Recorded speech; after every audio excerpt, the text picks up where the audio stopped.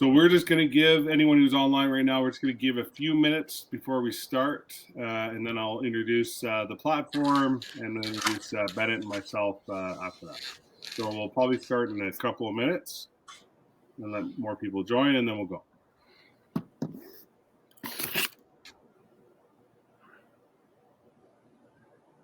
For those who are waiting and online, there are some handouts, and you can find those in the handout section on the right side of your screen.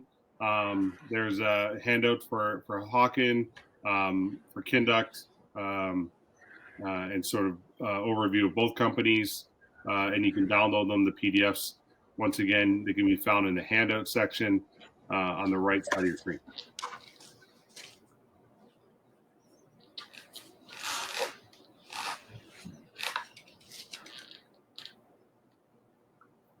This is where I need a little bit of music, Bennett. Or something. Elevator music? Yeah, elevator music. I could whistle, but it might be a problem. Canadian national anthem, maybe? International programming.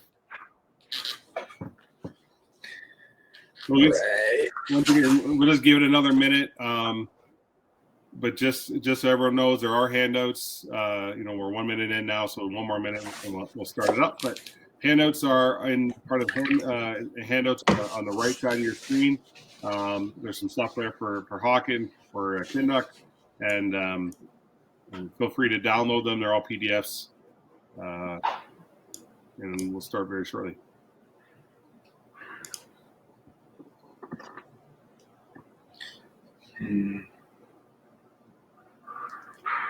Yeah, folks, please feel free to ask questions in the chat.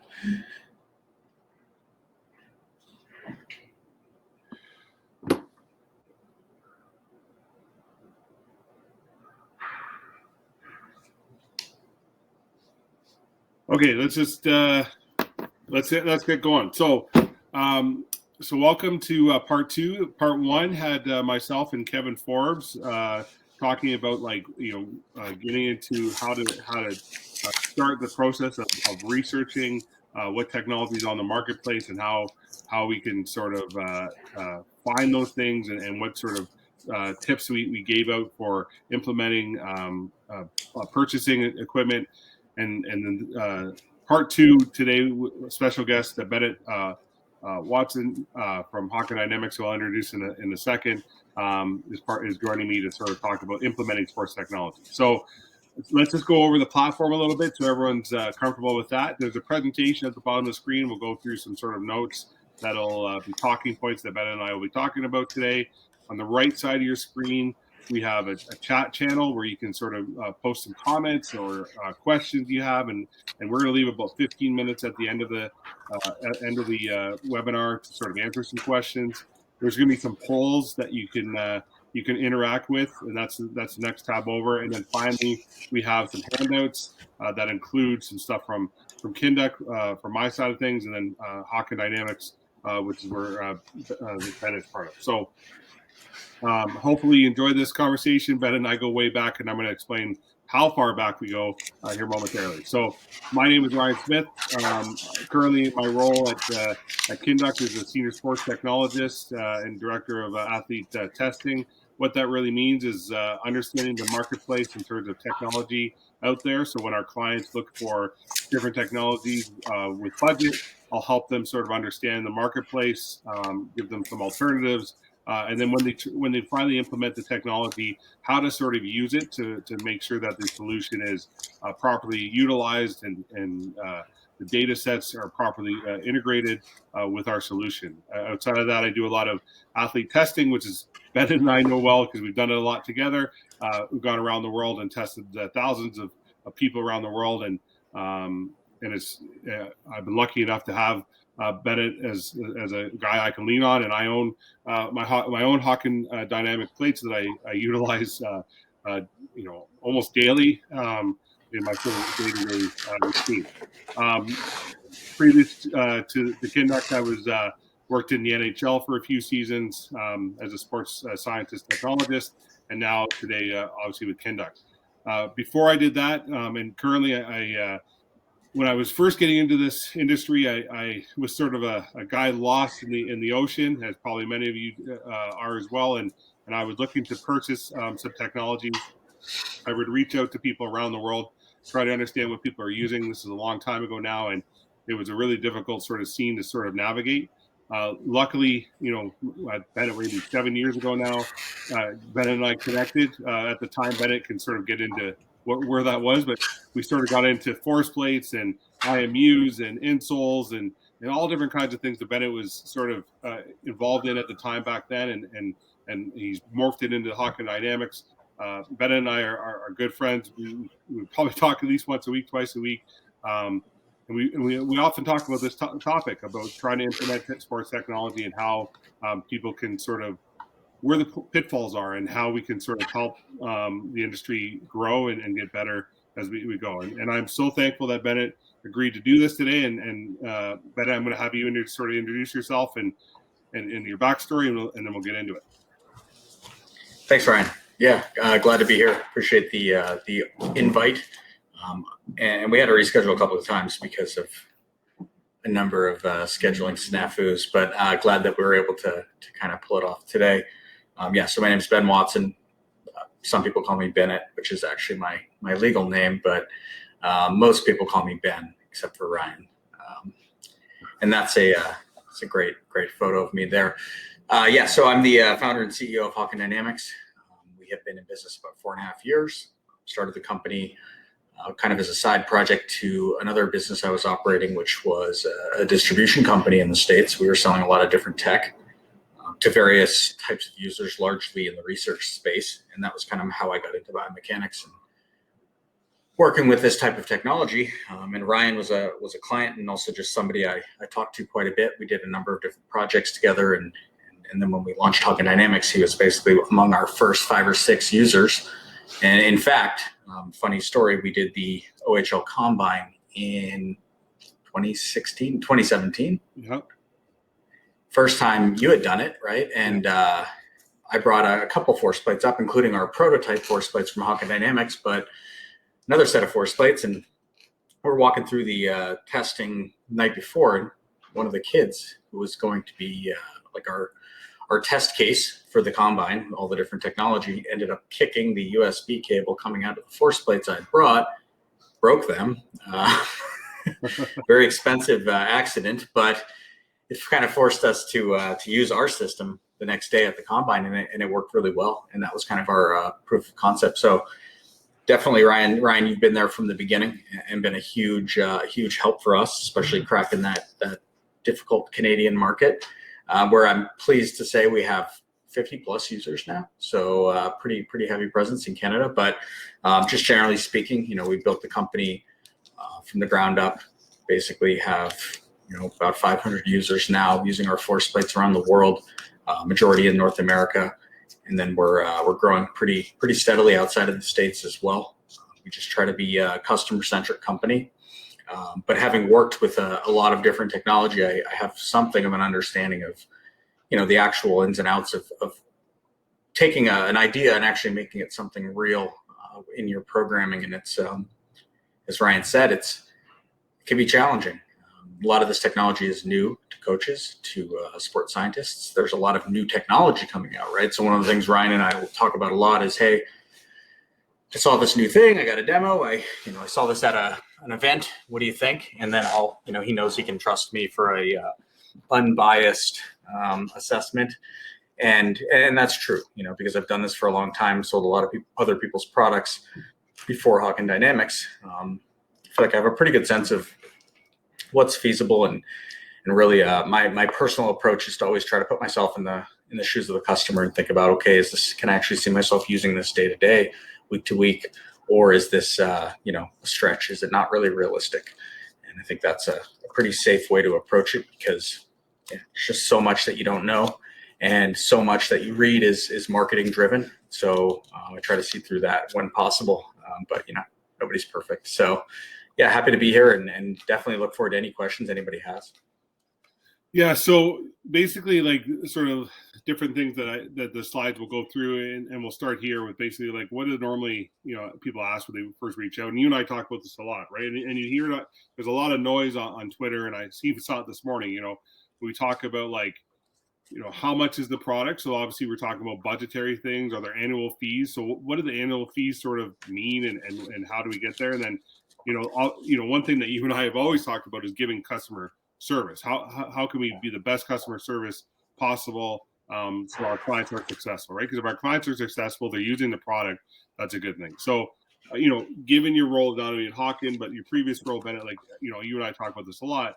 Like obviously when you get someone just like cold calling in, normally it's like they hear about it from a previous someone who might be using it, someone who's seen it, right? And then you get into, okay, I'm sure the first question is how much is it, and then go from there. So I'm assuming from the people outside, like you're not just Hawkin, but you've done this before. Like sort of how you walk us through how that sort of works from a you're not a client, you're trying to sell them on. Sure. Yeah. I mean, it really ranges, but I think, one thing we do that I didn't previously do with my other company is we advertise our price, right? So the price point's available. And I think that's important because when you're investing a significant amount of money, it helps a lot to have some clarity and some transparency as to like how much things actually cost.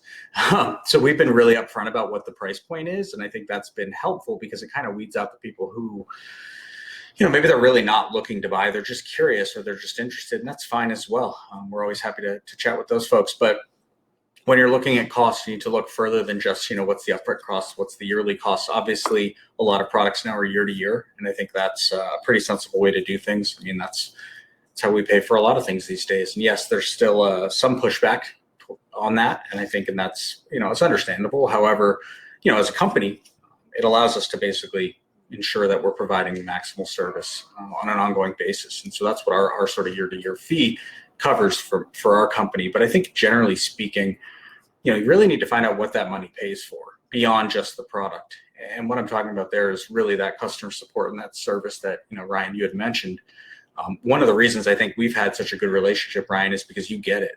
You understand that if the customer's not happy and not getting maximum value from your product, whatever that product is, it's probably not a good investment for them. And so what we always try to do internally is just every single person at our company, every single customer that we deal with is at the same level, has the same value to us, right? So everybody's treated with, as quick response time as possible. We try to solve problems. We don't try to, blame other people or try to find people to blame or things to blame. It's really just about being responsive. And so for us, when you buy our product, yes, you pay money on a yearly basis for our licensing. But what that's really doing is it's keeping you in the loop, and it's keeping us in the loop, so that when you have a question, when you need additional training, all of that's rolled into our price point. You don't come up with some mystery fee for, consulting later on.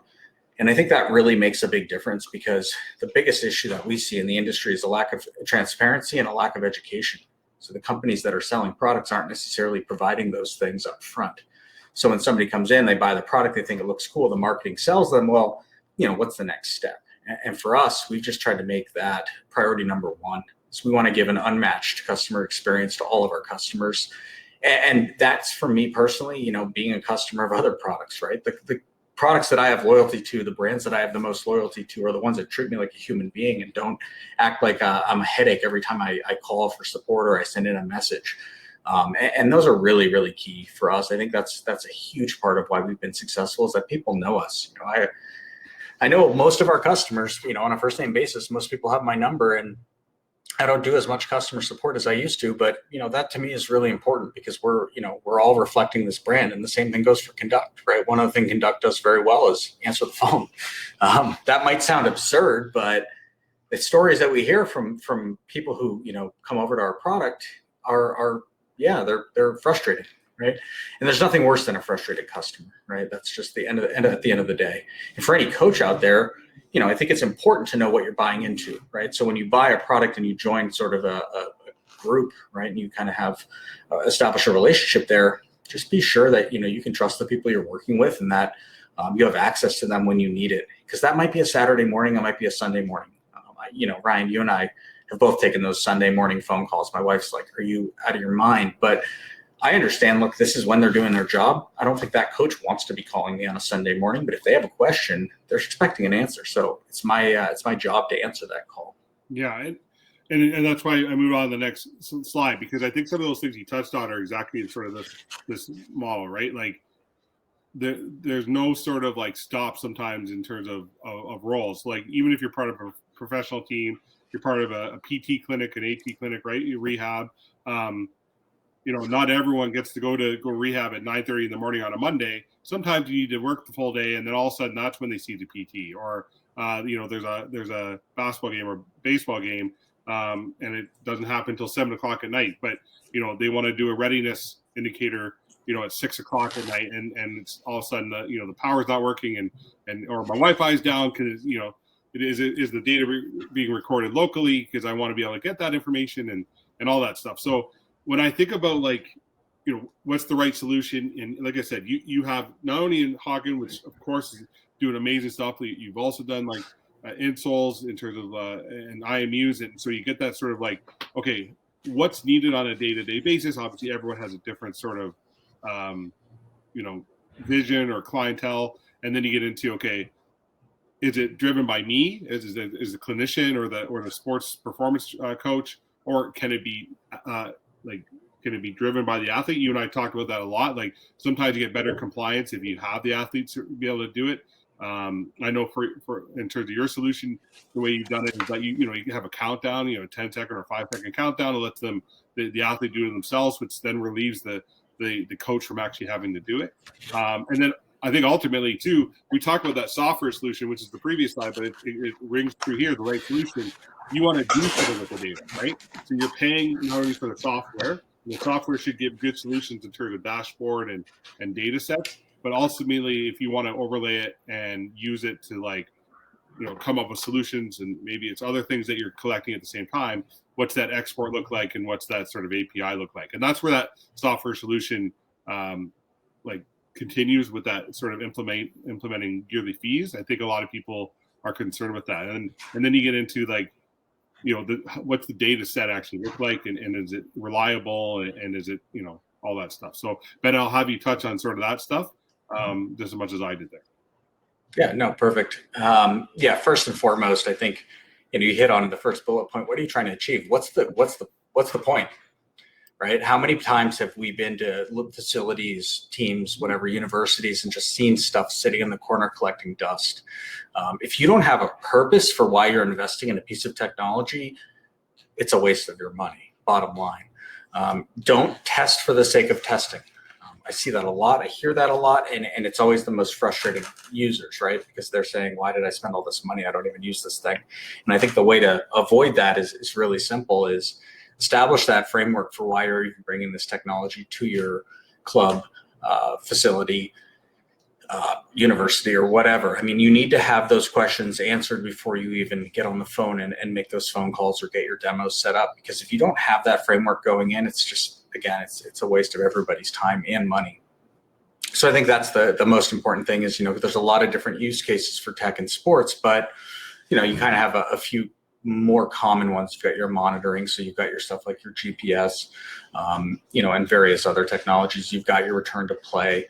You've got your talent identification. And obviously there's more than just those three, but those are the three big ones that we talk about a lot internally. And I think it's so important to, again, write out that framework. Hey, these are the things I'd like to achieve. Because then when you make those phone calls and when you talk to those companies, and this is irrespective of what type of technology you're looking at, if it's a velocity-based training thing, if it's a motion capture, I mean, again, have these things laid out, because then when you can have a much more productive conversation with the company to say, these are the things I'd like to achieve. Because I hear from these people who call us and say, I have a whatever athletic training group, I've got a physical therapist, they all want to use this for return to play, but the performance coaches or the strength conditioning staff want to use this as a monitoring tool and a programming tool. Well, those are the best calls because they've already laid out exactly what they're looking to do. So when I'm showing them whatever technology, I can then focus on answering those questions. The more specific and the more thought out it is, I think the better outcome And sometimes I'll be totally honest. Sometimes the answer is, look, this isn't the right product for you. This isn't the right tool for you. I'm not averse to telling people, hey, you might want to check out this other company. I think at the end of the day, I'm much happier with a satisfied customer or somebody who leaves a phone call with me or somebody at my company thinking, well, they were transparent, honest, and straightforward, rather than just trying to force them, to fit into what our product does. Because, again, products, a lot of different products might look similar, but they have very different use cases. They're intended for different audiences. And so, that leads into the second, is it a consumer product? Is it a professional product? Is it a research product? Where does that product live? And I think there's a lot of different options out there. I'm seeing a lot of companies going towards that sort of athlete direct to consumer approach, which I understand. I mean, if you're a business, you want to have the largest addressable market, and what better way than athletes around the world, right? It's a huge market, but the technology and the way it's implemented is very different than if I'm working with a professional coach who's got some training, knowledge, and experience. If I'm trying to sell this to a high school athlete, product X, Y, or Z, it better be designed for that use case. And sometimes I see, people trying to shoehorn, a more advanced product to make it simpler or to try to sell it off as like, oh, anybody can use this. And that's not always the case. And I think, with our system, we took the approach of, it's primarily coach driven. I don't think a lot of athletes at any level are really interpreting their own force data. But when it comes to actually running the tests, they absolutely can do it themselves. We have a ton of users that do that at all levels. Some private facilities are doing that where the athletes select their name, boom, they do their jumps, they know the protocol. But that's not always the case. And those would be more of the outliers, I would say, than the standard users. And then obviously the last piece, I would go along with data export and like an API connection. I would also add like data ownership, right? So something really we stress heavily as a company is who owns the data, right? Like, well, you do if you're our customer. That's not always the case, right? Who has access to this data? Yep. People hear cloud and they think, oh, my data is just, up there open source. And, obviously that's not the case with our system, but there are systems out there that they're not as clear about who owns the data. And that's their prerogative. I'm not criticizing that approach. It's just that's a different approach than the way we look at it. So understand who owns the data and then who has access to the data. And by data, I mean raw files. I mean outputted calculations, anything that gets converted from raw data into something else. Understanding that sort of chain of command of chain of custody, I should say, of who owns each part of that process is really important. And is there even an API? And does the API require you to download a piece of software, a different software on your computer that then syncs up? I mean, these are just things to consider because I've done it a number of different ways, and it can be tricky, right? And all of these things can be roadblocks to success if you're a coach or you're a professional and you say, look, I have this grand vision of doing all of these different things. You might get hung up at like, how do you actually get the data out of product A? How do you get it into Conduct? How do you get it into your Excel or whatever you're using to organize and consume all that data? And then lastly, of course, what does that data look like after the fact, right? So what type of reporting? How are you presenting that information, and who are you presenting it to? These are just things to consider. I'm not, I don't claim to have answers to all these questions, but I do think that our approach has been pretty good. But I also believe that, as a company, it's important not to have an ego about these types of things and to listen to the customers. So for us, we're always listening about ways we could potentially do things better, differently, to be more user-friendly, coach-friendly, athlete-friendly. These are all things that we consider when we make changes or we add functionality to our product. Because at the end of the day, I could be sitting in a room with 6 computer scientists coming up with what we think is an amazing process or an amazing report, but we're not actively coaching, right? So I'm not working with athletes every day. I'm not even doing as much testing as like we used to do, right? So I'm not going to be a very good source for how we should present things and how the UI should look. I get that. But what I can do is I can talk to my customers. I can talk to users. I visit users regularly, and I want to know, what they like and more importantly, what's not working well for them. Yeah. And I just think having an open mind and listening is so undervalued. Yeah. So there's two things that we got 2 polls up, and I want to address them all while they're still up there and people are answering them. One, they say, when looking for a new technology, they want to get gold standard technology and ease of use. That was just sort of like the 2 components they have. Now we have a new poll up talking about what stops you from purchasing the equipment. We get into budget. Now, sometimes it's hard, and you know this, sometimes it's hard when you talk about gold standard technology or data set and then what your budget is. They don't always collide, right? Sometimes the budget doesn't allow you to have gold standard data. And then you get into people are also saying they don't even know where to start, which I hear all the time. That's what you and I talk about all the time, right? Sometimes people will be like, I'm using this and, there's some things where people are like, I can collect it really easy, but there's no interpretation. You and I talk about education a lot. We got to make sure that if you're collecting information, we talk about like doing a counter movement jump. Okay, we're collecting all these metrics. Great. It's wonderful we have all these metrics, but if we don't give a definition of what those metrics mean, not everyone is a biomechanist, right? You're not always going to understand what they're actually collecting, but that doesn't mean you need to stop from collecting it. I also think, to your point, just touching on it, you talk about a performance coach wanting it for monitoring, where PT or an AT want it for rehabilitation and return to play. I think what people need to understand is communication within your own environment helps you understand the technology you require, right? So what people wouldn't understand there, so if they had a force plate, hey, by the way, we can use that as a monitoring tool. We can also use it as a return to play tool. We can also use it as a talent identification. It does all three things, but I think you need to sort of that communication, which sometimes can lack in an organization. You and I both have seen that. It can sort of derail things before it even starts. But I think don't know where we're going to start, and budget are two things I hear often. I probably hear the same as you. We talk about supporting the product. Like, that's the other thing, right? Here's what's available. Here's what the price point is. Here's what you get out of it. And then being honest and being there for clients, I think is going to be number one. That's what I look for when I purchase my own technology. I'm like, what's the customer service like, right? What's the hardware look like? So what are the engineers doing to build the product, and making sure that the data is gold standard technology, and making sure that the price point for the product, what I'm getting out of it, is on point, right? I'm not going to purchase a $20,000 piece of equipment if I'm not getting value out of it on a day-to-day basis or in what I need to require. So like having a hypothesis saying I need to collect this because of X is really what we're sort of looking at, right? You and I talked about way back when IMUs, and IMUs are great and they can do really great things, but they're also really hard to read if you don't know what you're looking for, right? And remember, you and I trying to do some stuff with skating, and we're like, okay, we're gonna put IMUs on the shins and on the lower back, and we got some really great data, but at the same point, we're like, wait, what are we sort of trying to figure out here? What is this showing us? And I mean, that's the truth. Like, it's not like, I'm not hiding that. That's what you sometimes need to be creative in your data capture and what data is coming off of and what you're doing. Anyways, but I'll have you address that stuff and.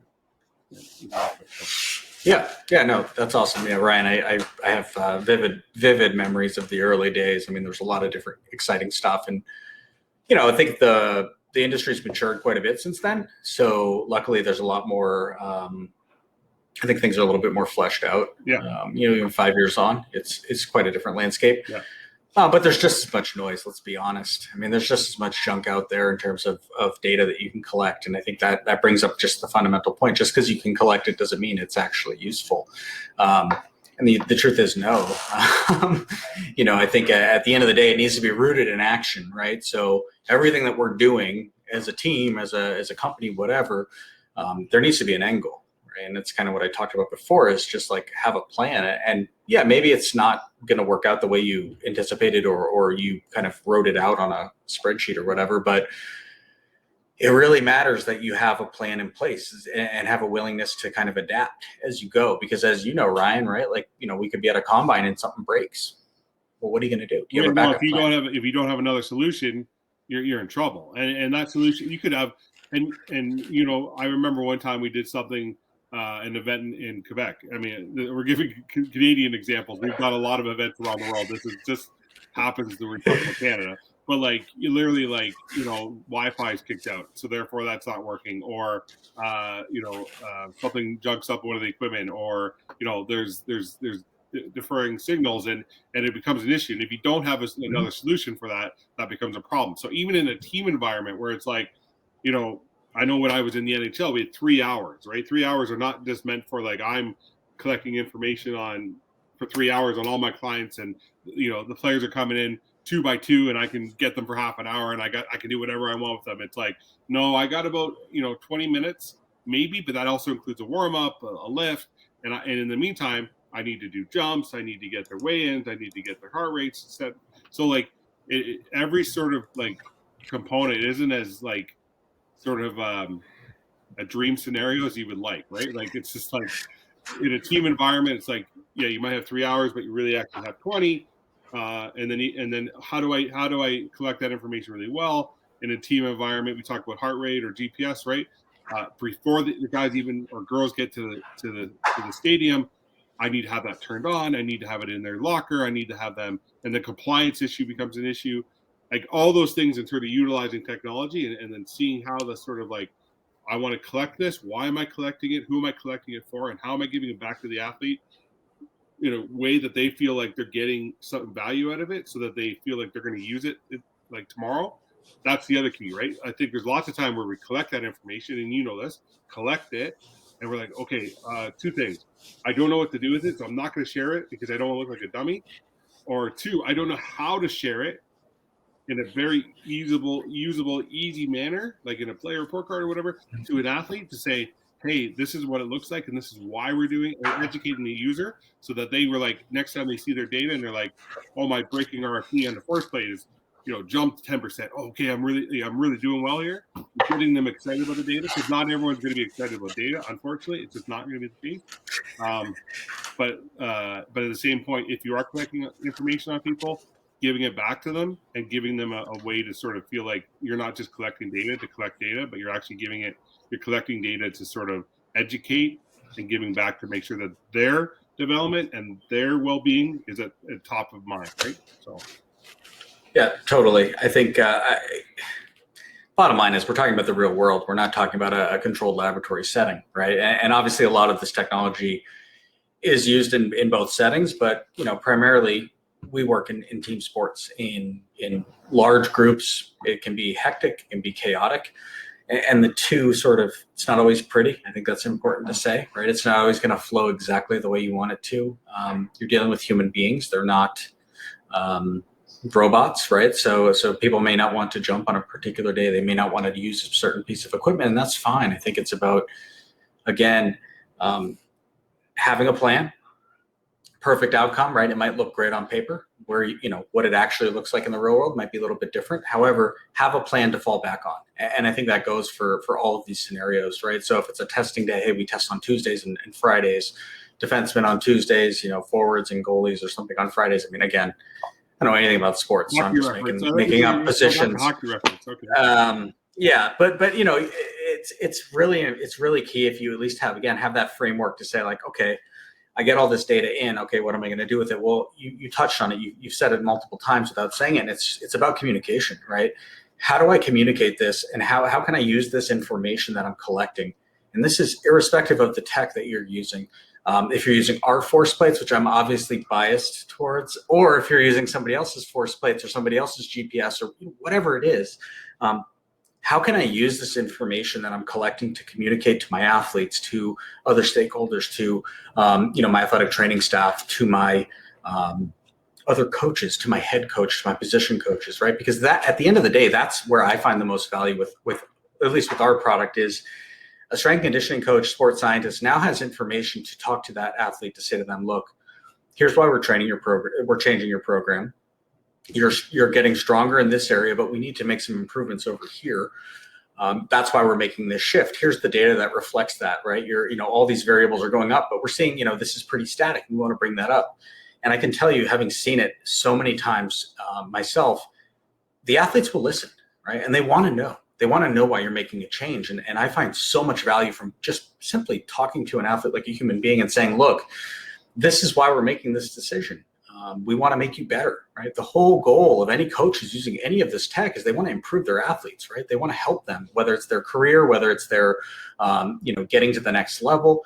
That's the end game. That's the end goal. Obviously, they want to keep their job, right? But aside from that, I think it's so important just to be transparent and open with the athletes, and additionally, at the next level, when they're talking to the other coaches, when they're talking to the, recruiting staff, when they're talking to scouts, building that framework to how you communicate all of that information to all the various people who need to have access to it is huge. And yeah, it's going to take a little time, right? And it's not going to be a perfect process, but it's something that you can build up and you can work towards.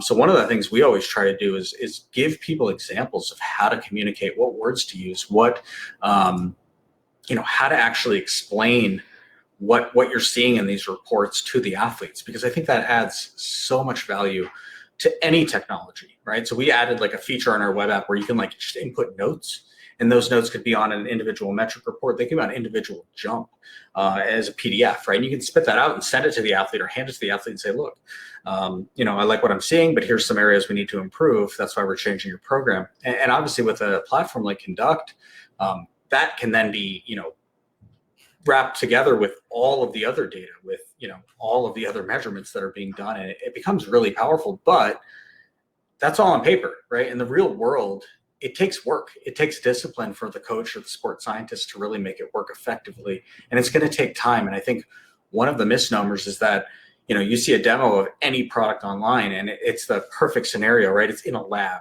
right? Like even our videos, right? Like they're in our gym across the hall, right? It's like, hey, look how easy all this stuff is. And it's like, well, no, it really is that easy. But like, Drake, our brand director he's got a bunch of titles, but he's been doing this a long time. He was a customer. In fact, most of our employees were customers. I don't know if that's a good thing or a bad thing, but I think it's a good thing personally. But, he knows what he's doing, right?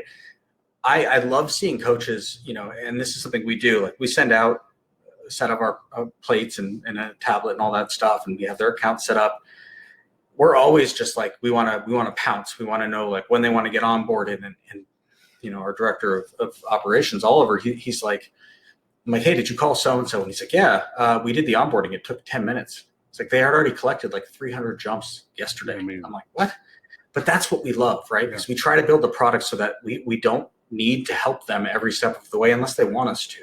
We're always willing to do it.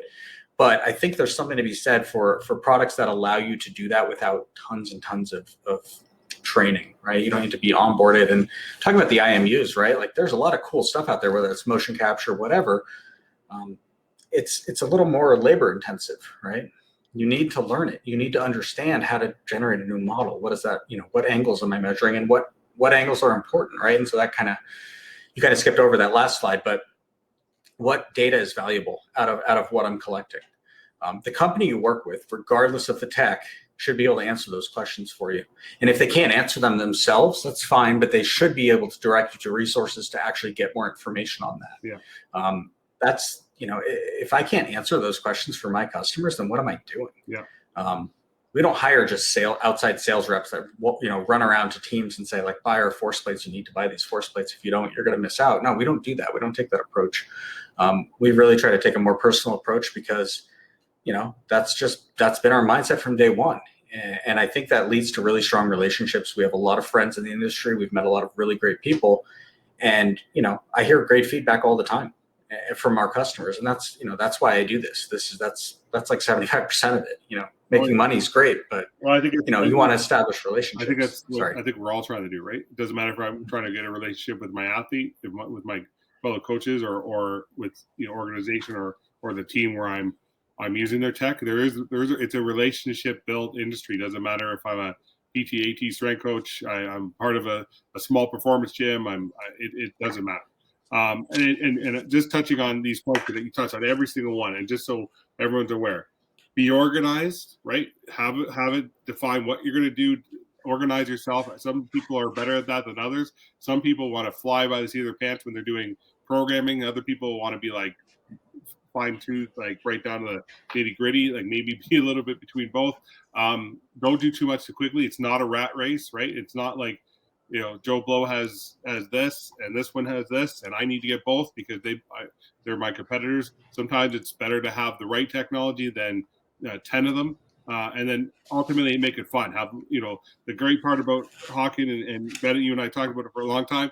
Leaderboards, having that up there. You and I did the NFLPA stuff at the Rose Bowl and putting it in the change room, and we had guys jump, and it was unbelievable, right? Like they would do one jump, and then also they'd come right back and they'd be like, but it was But Ryan, it was only unbelievable when we put the leaderboard up on the TV. Yeah. Because they came into that locker room, they just did a practice, they're all tired, they don't want to do anything. And they see some other defensive back from some other school competitor, or maybe it's a buddy of theirs, and they see their name ahead of theirs. And immediately the competitive instincts come out and they just want to beat their buddy.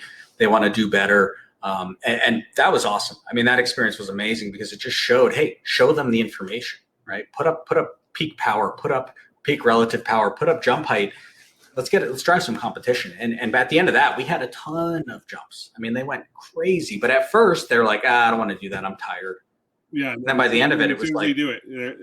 Have at it, right? They're going at totally. it. So, I mean, we could talk forever. We've gone 40 minutes at this point. I want to be respectful of everyone's time. And any questions, I know we're going to have some questions. But I think we touched on a lot of things. We maybe didn't get down to the sort of nitty gritty that maybe some people would want us to. But I think we sort of touched on like the pain points of where things are at. I know I'm reading here like, okay, what are important visualization, exporting? We can talk on that for a little bit, and then we'll take some questions. But visualization of data is obviously a big, right? There's lots of ways of doing it. Like even in Hawkin, right? When you first started, you'd visualize things, but it wasn't your main focus. You've shifted that a little bit because you see how important it is. Obviously at Kinduct, that's one of the primary things that we have to do because we bring in so many data sources. And then exporting data, I mean, I think we touched on that even for a few minutes here. That's a really big pain point. I've had like lots of people say, "Oh, I'm using these timing gates," but like the export just doesn't make any sense. I got a split that doesn't make sense, and I don't know what to do with this, and then it becomes really difficult to import it or even use it in Excel if they were using Excel. It just because they can't utilize it because the export of data is bad, and therefore if you can't export it, you can't get the data out, you can't visualize it. So we talk about the two pain points that people have said.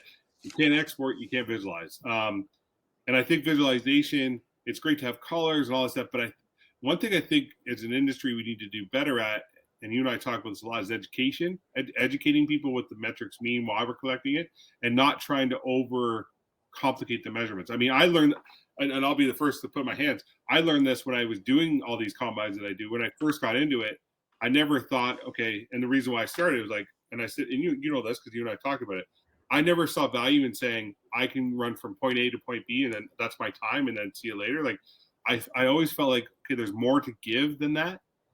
But at the same point, it's like sometimes that's all people want. At the same point, maybe they don't care about how fast it took you to get from point A to point B, but like how fast what was my top acceleration? What was my top velocity?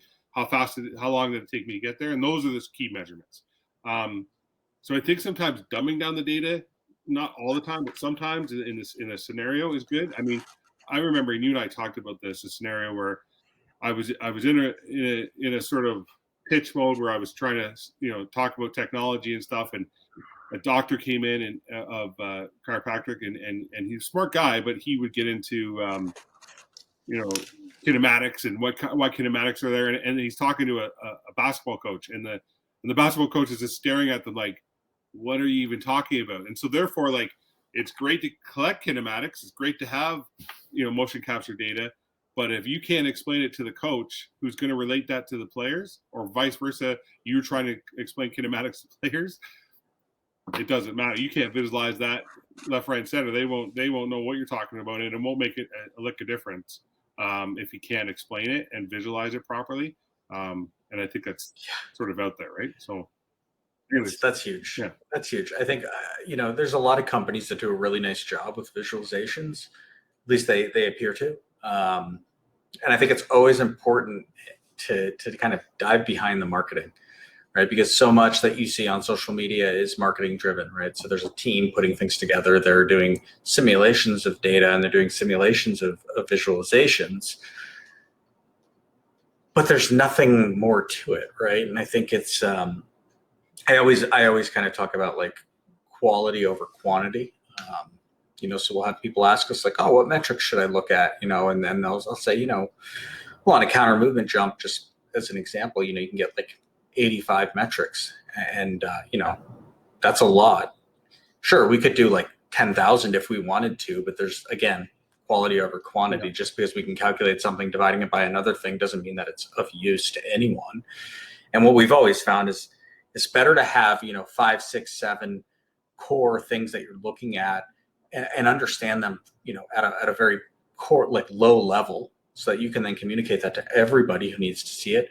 And then you can visualize it in a lot of different ways. And I think, again, if they don't have the fundamental understanding of why they're measuring it or what they're actually reporting and measuring, well, then, who cares how beautiful the graphs are? I mean, it's like, yeah, you can have an awesome car that looks great, but it's got like, a non-functioning motor in it. Well, what's the point? It's all about the full system. And I think we need to think of it in that holistic sense where it's, I always tell people, look, you need force plates, period, right? Obviously I'm biased. I sell force plates, and I do believe, I think there's tons of value in the technology, whether it's us or somebody else. It doesn't matter. Well, it matters, but it's one part of the puzzle. Yeah, force plates are not going to answer all your questions. I was going to say, I was going to say that. I mean, the beauty of a force plate is that it has multiple functions, right? You can do jumps, but you can also do weigh-ins. You can also do a movement screens. You can also put it underneath your bar as you're lifting and get measurements there. Like, it does give sort of snapshots of different sort of measurements, and I think that's key. I think the other thing too, I think, is also understand, like, if you and I talk about combines or testing, and if I'm doing a one-off, I'm looking at certain metrics as like one-offs, and I'm saying I don't care about the trend line. I only care about breaking RFD because it shows me explosiveness, and I'm like, okay, that's great. I'm going to look at that. But if I'm in a team environment, I may not care. I may only be looking at like other metrics. So it also depends on in the environment that you're in, the metrics you're looking at. So certain metrics could be key for one-offs where they're not sort of key in terms of a team environment, because that's not the intent. That's not the organization. That's not what you're trying to do. Yes, they still could be important because then you get a good sense of where they're at, but it may not be the most important in terms of your data set that you're looking at. So, but I'll let you touch on that better. But I'm going to say to everyone, there's a chat window. Feel free to send us some questions now because we're ready to take them. But Ben, I'll let you sort of address that stuff because it is key to sort of get that. So. Yeah, I mean, it's all part of the big picture, right? I mean, a good example is, we work with a lot of professional sports teams, and, the 37-year-old defenseman who's been in the league for 20 years, you're probably not expecting to see massive increases in their power output or in their strength or in their, whatever metric you're looking at, but you're looking for maintenance, right? You want to make sure they're not losing anything, versus, you're working with junior ice hockey, for example. Totally different, right? Because you're seeing body changes really, really rapidly as these kids age and they get older and they grow. So you're going to be looking at, things like standard deviation for different age brackets are going to be wildly different. And that also applies to different sports, right? So there's sport specific things that you might value over other, you might value certain metrics in certain sports over others. And I think it's important as part of that sort of framework to really try to hash that out. And the best approach I would say would be look at the literature, because there is some really good research going on right now with various pieces of tech and how these measurements can be applied to training programs. So like you said, Ryan, you might be looking at a one-off for a certain population. And one area that we do a lot of work now is recruiting, high school athletes. There's certain cutoffs, right? We can use filters. We can use really specific cutoffs for certain metrics to kind of weed out what we think are the elite or the people who have higher potential than others. And to me, that makes it so simple, right? Because if you say, like, look, I need to see at least 5,000 watts of peak power from every kid here, otherwise they're not going to make the cut. Well, that's all you're going to look at, right? You need to worry about all the other stuff. Versus if I'm working at a team and I'm developing athletes over a period of time, yeah, I'm going to get a little more minute in what I'm looking at. I'm going to maybe, again, use some of those visualizations, some of that graphing over time. But not everybody's doing that. So I think it's important to have a solution that's flexible and can handle all of these different use cases. And it's not always the right fit, right? Our product is not always the right fit for a person if they're doing, we get it all the time. Like, oh, I want an instrumented pitching mound. It's like, hey, that's great. Like, that's a very cool application. And I've seen some really good stuff from that. I know there's a couple companies that are just doing that. I'm not going to pursue that one. You know what I mean? I'll refer them to Burtech. I'll refer them to, one of the companies that is heavily involved in that, AMTI or whoever, because again, it's not just about getting product out the door. It's getting product to the right people and making sure that we're leaving people happy and finding a ton of value in what we're providing, because they're then going to, you know, tell their buddy or tell their colleagues, look, we had a good experience with these guys. And I think that's important. But again, you know, I keep talking about this idea of like a framework. I just can't stress that enough. You know, plan ahead, spend as much time as you need to, consult with the right people. There's lots of resources out there. Just, you know, put it out there. If you're interested in force plates, even if you're not even considering our product, like I talk to customers of other companies all the time because they reach out, and I'm not just hard selling them on, oh, you need to work with us and not, you know, company, whatever. Not at all. I think there's so much to be gained by just talking to people and you know, understanding what are the repeat questions, what are they having a hard time understanding, and then how can we as a company provide that information freely to hopefully answer those questions before they even pick up the phone. Because again, we've gotten a lot of customers from other companies over the last few years who've come to us because of our educational resources. Yeah. So you know, as a company, it's a great play, but at the same time, that's very satisfying, right? To know that we provided people with information. I've seen our blog citations on published academic papers. I'm like, oh wow, like I should be a guest. I should get a citation personally on that one, but no, I'm totally not in it for that. I try not to put myself out there too much, but you know, I just think, you know, there are a lot of people who are very smart, who understand what you're trying to do. If you're a coach looking at tech, just reach out, you know, contact those people. Don't be afraid. Don't be afraid to ask questions. And Ryan, I think that's the thing that, you know, you and I connected is you were just straight up with me. You're like, look, here's what I'm looking to do. This is my goal. What route would you go? And a lot of the things that I recommended were not things that I sold, right? Like that was, I think, you've been really successful. And like we talked, you know, Ryan, just so everybody knows, Ryan was was up in Maine, I should say, at our office for the first time, what, a month ago? Yeah, a month ago. 5 weeks ago? Yeah. And it was like, hey, this is where it all started. But it was awesome, right? Because it's like, you know, you had a lot of technology you were bringing up to test, and, you know, you borrowed a set of our plates, and that was, you know, we were happy to do that. And then ironically, 2 weeks later, one of our guys is up in Toronto and the customer's plates haven't arrived. And what do you know? Yeah, boom, there it is. Return the favor. Yeah. Well, I mean, that's what it's about. I think that's part of the industry, right? We talk about like you and I help one another, or anyone helping one another. I think that's what it is, a sort of family environment. We talk about, like, you broached it, like one team might be using something or looking to utilize something. Sometimes they're not even going to call the technology they're interested in first. They're going to call their friend. They're going to call their colleague and say, hey, are you using this? What are your experiences? They're going to do that first before they even talk to the technology. Now, sometimes those people will be educated and they'll give a good answer. Sometimes they won't be, and that's the beast. That's the world we live in. And but I think ultimately it's good. So Bennett, I'm gonna conclude here. I'm gonna say that we will have a coming up in part 3, which is basically we talk about visualization. Part of this is what we're gonna do. I got 2 special guests. Bennett, I'm not gonna have you guess, but I'm gonna tell the 2 guests are gonna be in the LA area, and one just got there. One just moved out there. So maybe you know who that is. And so anyway, so we're gonna do some visualization. So basically, you know, one was. One was, you know, we talked about before you start how to sort of get into it. 2, as we talked about today, is we've implemented technology, and 3 is going to be like, what do we do with that tech, and what do we do with that data as we're done. Ben, I want to thank you. I want to thank everyone who joined us. There are handouts once again for Hawkin, for Kinduct over here, and basically, I want sort of everyone to sort of download those and reach out to Bennett, NRI, or any of our team members. And we can't thank you enough for being part of this. And Bennett, you know, you're a great friend, and you got a great product. And I, you know, I'm so thankful that you're in my life, and you help me so much that you do. I really feel indebted to you. So I'm thankful. Likewise, Ryan, 100%. Dude. So, all right, thanks, guys. Thanks.